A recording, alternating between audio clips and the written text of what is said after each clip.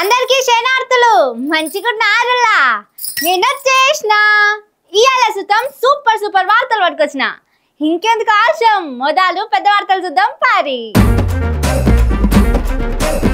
ఖబర్దార్ నా కొడుకులారా అని ఈటల వార్నింగ్ క్యాడర్ను కాపాడుకోనిక చేసిండు మాట ఫైరింగ్ 10 ఏళ్లు సీఎం అంటే కుదరదన్న రాజగోపాల్ రెడ్డి సోషల్ మీడియాలో దాడి చేపిస్తున్న రేవంత్ రెడ్డి హైడ్రా పనితనం చూపెట్టిన పట్నం రోడ్లు నీళ్లు నిల్చుడుతోని తిప్పలబడ్డ కార్లు బండ్లు మళ్ళా శురువైంది లంచాల దందా భూభారతితోని ఫాయిదా ఉందా ఖాళీ బిందెలతోని రోడ్లెక్కిన కోటీశ్వర్లు ఓట్ల కోసం వస్తే చెప్పుతోని కొడతారట ఆడోళ్ళు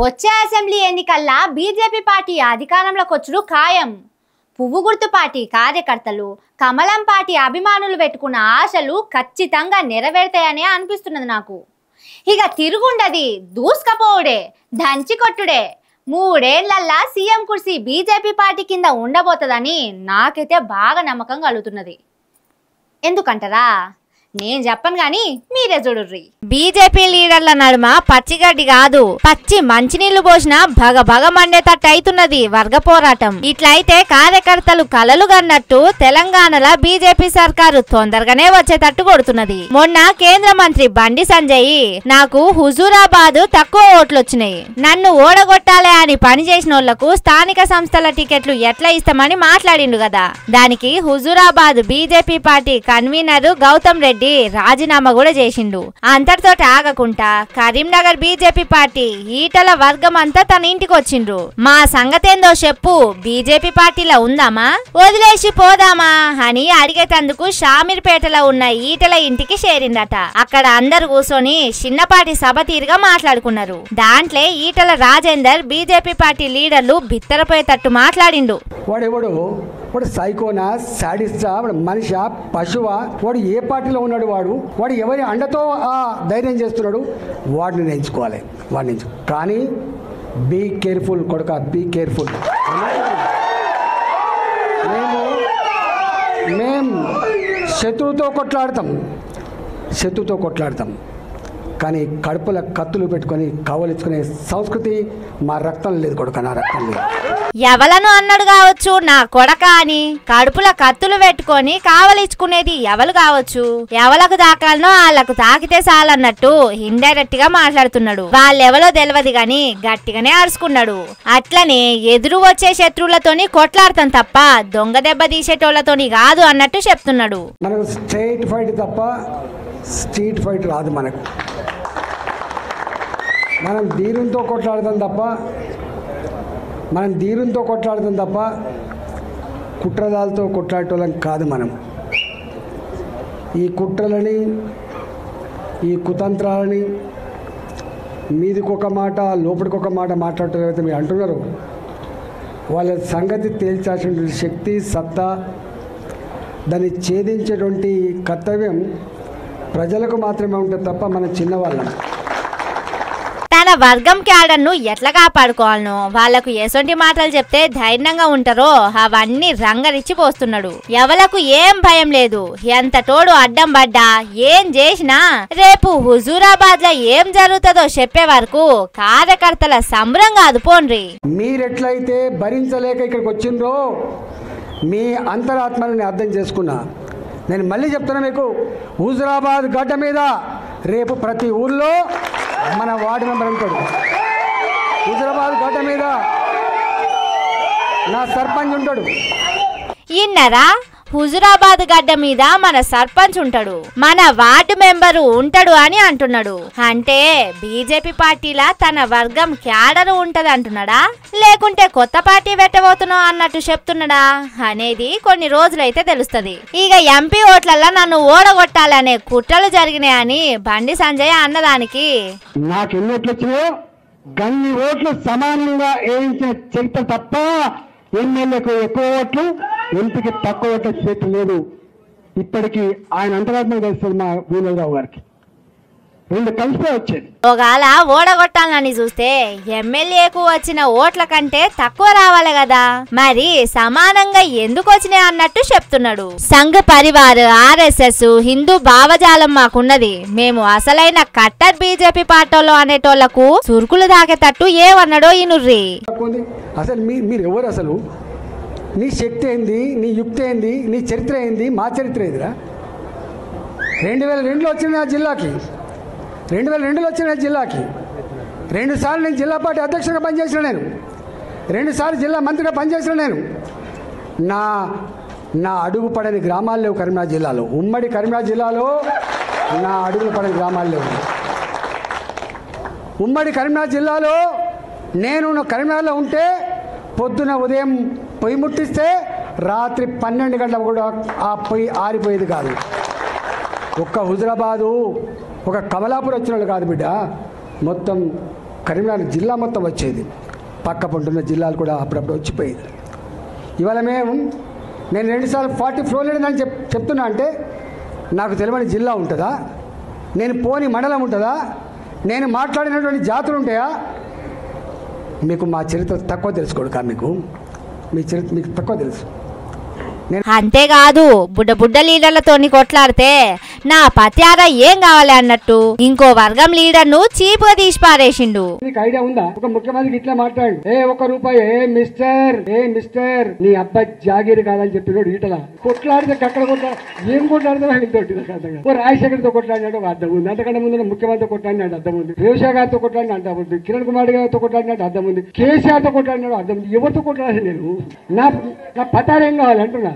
ఇగో గిట్ల బీజేపీ పార్టీలో ఉన్న వర్గ పోరాటం పుట్టవలిగినట్టు బయటకు వచ్చింది. డైరెక్ట్ గా పేర్లు పెట్టి తిట్టకుండా ఇండైరెక్ట్ గా ఇజ్జత్ తీసుకుంటున్నారు. వాళ్ళు తీసుకుంటే పర్వాలేదు గాని తెలంగాణ బీజేపీ పార్టీ గిట్లైందేంది అని కార్యకర్తలు అనుకునేటట్టు చేస్తున్నారు.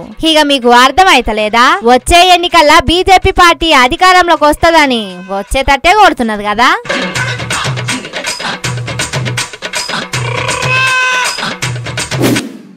ఎట్లుండే కాంగ్రెస్ పార్టీ ఎట్లయిపోయింది?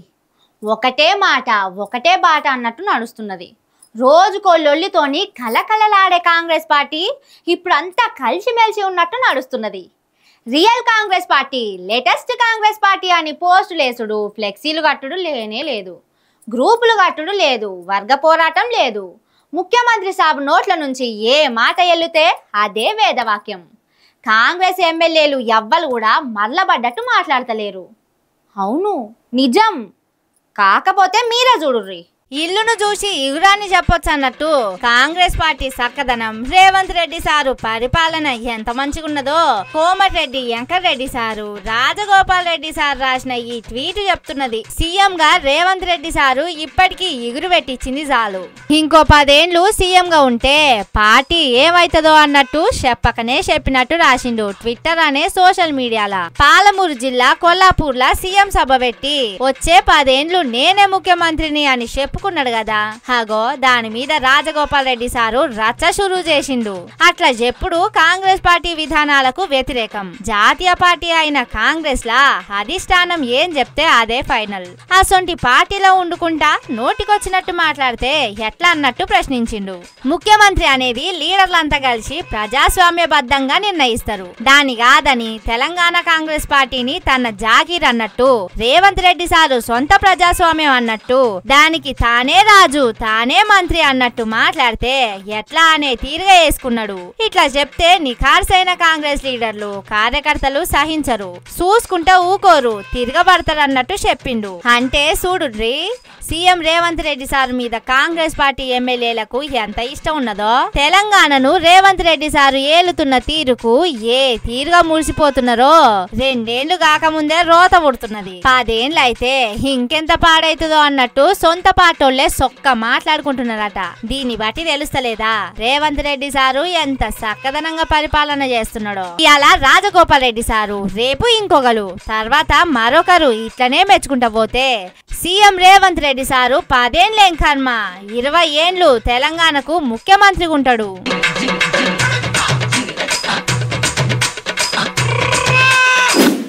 హైడ్రా వచ్చినాక హైదరాబాద్ పట్నం ఎంత మంచిగా తయారైంది అనేది ఒక్క బతుకమ్మ కుంటను చూస్తే తెలిసిపోతుంది.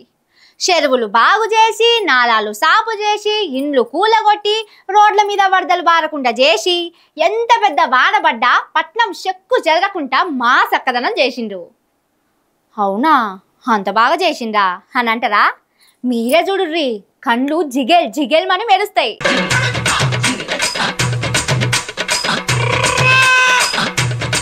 శభాష్ హైడ్రా, సూపర్ సూపరో సూపరు. హైడ్రా ఎంత కష్టపడితే ఇంతటి మంచి రోజులు హైదరాబాద్ కు వస్తాయి. చెరువులు కబ్జాలు చేసిండ్రు, నాలాలు ఆక్రమించిండ్రు, అడ్డగోలుగా అడ్డదిడ్డంగా ఆగం చేసిండ్రని పేదోళ్ల ఇండ్లు గూలగొట్టి ఇగో గింతటి ఫలితాన్ని తీసుకొచ్చింది హైడ్రా. రోడ్ల మీదకి నీళ్లు వస్తున్నాయి, కొన్నిసార్లు కార్లు కొట్టుకపోయినాయి. దీనంతటికి కారణం చెరువులను శరపట్టుడే అని చేసిన ఫలితం ఇది. చిన్న వానకే రోడ్ల మీదకి వర్షం నీళ్లు చేరినాయి. హైడ్రా చేతులెత్తేసింది. అంతకు ముందు జిహెచ్ఎంసి సిబ్బంది, ట్రాఫిక్ పోలీసులు హైదరాబాద్ లో వాన పడ్డప్పుడు ఎసోంటి తక్లీఫ్ కాకుండా చూసుకునేది. కానీ ఇప్పుడు ఆ పని హైడ్రా చేతిలో పెట్టిండ్రు.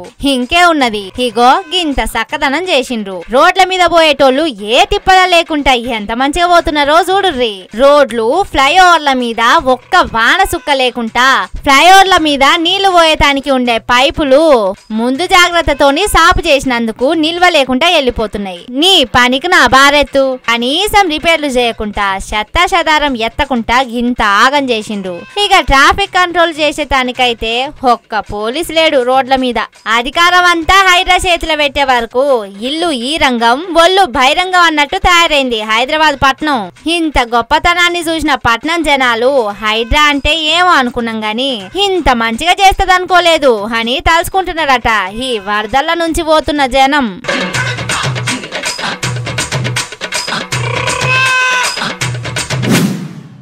ధరణిని తీసుకుపోయి బంగాళాఖాతంలో వేస్తామన్నారు కాంగ్రెస్ సర్కార్ వచ్చినాక. అన్నట్టే ధరణిని తీసేసిండ్రు. దాని జాగల భూభారతి తీసుకొచ్చి భూగోళం బద్దలే అంత మార్పు తీసుకొచ్చిండ్రు. ఎంత మంచిగున్నదంటే భూభారతి, ఆహా అద్భుతం, అమోఘం, అనన్య సామాన్యం, అనిర్వచనీయం అన్నట్టు చేస్తున్నారు. భూభారతి ఫలాలు ఎంత మధురంగా ఉన్నాయంటే అబ్బో నేను చెప్పుడు కాదు కానీ మీరే చూడుర్రి. భూభారత మజాక. రెవెన్యూ డిపార్ట్మెంట్ లో ఉండి లంచాలు తీసుకోవాలి అనుకునేటోళ్లకు ప్రతిరోజు పండుగే అన్నట్టు చేస్తున్నదట. భూభారతి లచ్చిందేవి తీరుగా కనిపిస్తున్నదట. లంచాలకు మరిగినోళ్లకు అబ్బా పాత రోజులు మళ్ళా వచ్చినాయిరా అని మురిసిపోయేటట్టు చేస్తున్నదట లంచగొండులకు. కాంగ్రెస్ పార్టీలు చెప్పినట్టు మొఖాళ్ళ ఆనందం వెళ్లి విరుస్తది. ఒక్కొక్కరు ఉబ్బి తబ్బు అవుతారన్నట్టే అవుతున్నదట.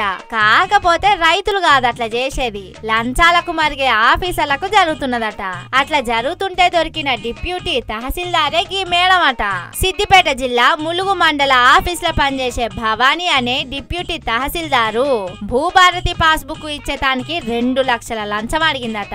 అన్ని పైసలు కట్టలేక ఏసీబోలకు చెప్తే ఇగో గిట్లా అప్పటికప్పుడే పట్టుకున్నారట. ఈసొంటి కళ్ళకు కనిపించిన లంచాలు కొన్ని అయితే బయటికి రాకుండా ఇంకెన్ని జరుగుతున్నాయో. అమాయక రైతులు ఎంత మంది ఈ లంచాలకు భూహారతి బలి అవుతున్నారో. ఎంతటి మార్పు తీసుకొచ్చిందో చూడుర్రి భూభారతి. ధరణితోని లంచాలే లేకుండా కేసీఆర్ చేస్తే అది ఏమంత మంచిగా లేదు, రైతులకు నష్టం చేస్తున్నదని భూభారతిని తీసుకొచ్చిండ్రు. బ్రహ్మాండమైన లాభాలను రైతులకు అందిస్తున్నారు. మస్తు గ్రేట్ కదా.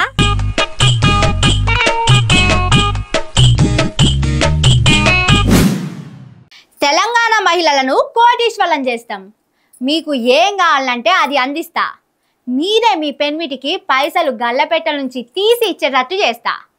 తెలంగాణ ఆడోళ్ళంటే ఆత్మగౌరవంతో బతికేటట్టు పైసల మూట మీద పెత్తన ఉండేటట్టు చేస్తా. దానికి ఏం కావాలో మీ రేవంత్ అన్న చేస్తాడు అని మాట్లాడతాడు కదా మన సీఎం రేవంత్ రెడ్డి సారు. అగో అన్నట్టే తెలంగాణ ఆడోళ్ళ ఆత్మగౌరవం వెళ్ళి విరుస్తున్నది. ఓర్ని కోటీశ్వర్లు కాబోతున్న తెలంగాణ అక్కలు గిట్ల రోడ్ల మీద ఖాళీ బిందెలతోని నిల్చోనున్నారేంది? ఓ అక్క, ఖతర్నాక్ గా కళ్ళద్దాలు పెట్టి కారుల దిగాల్సినోళ్ళు మీరిట్లా చేసుడు మంచిది కాదక్క. అన్న రేవంత్ రెడ్డి పరువు తీసినట్టు రోడ్లెక్కుడు కరెక్ట్ కాదక్క. సరే ఎట్లాగూ రోడ్ ఎక్కిండ్రు కాబట్టి ఏం జరిగిందో నిమ్మలంగా ఎవరన్నా ఒక్కలు మాట్లాడుర్రి.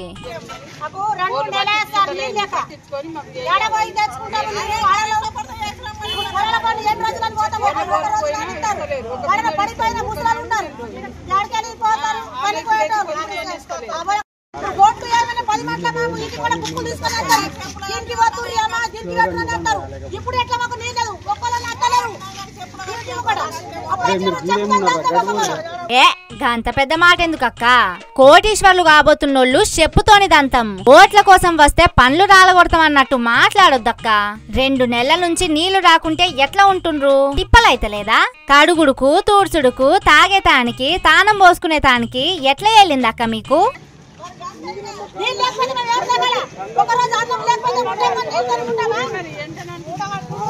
అందుకే ఓపిక బట్టి కోపాన్ని పంటి కింద బిగబట్టి ఎట్లయితే అట్లాయే అన్నట్టు గిట్ల రోడ్డు ఎక్కినవంటావు. ఇగో గిట్లున్నది రేవంత్ రెడ్డి సారు కోటీశ్వర్లను చేస్తా అన్న తెలంగాణ ఆడోళ్ళ పరిస్థితి. ఇంతకు ఈ కాబోయే కోటీశ్వర్లు ఏ ఊరోళ్ళో చెప్పలేదు కదా.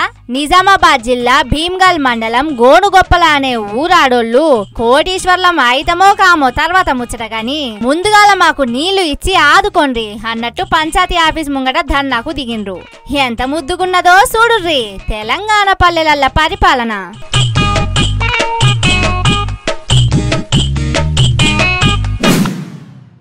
ఇవి ఆటి ముచ్చట్లు.